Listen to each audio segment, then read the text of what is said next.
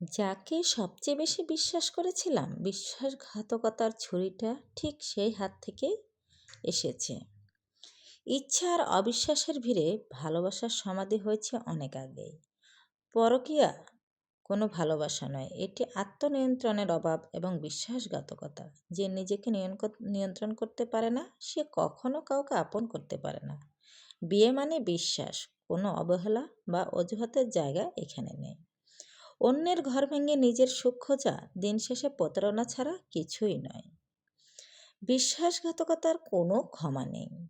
ভালোবাসার মুখোশে এক চরম ধোঁকা, পরকীয়া।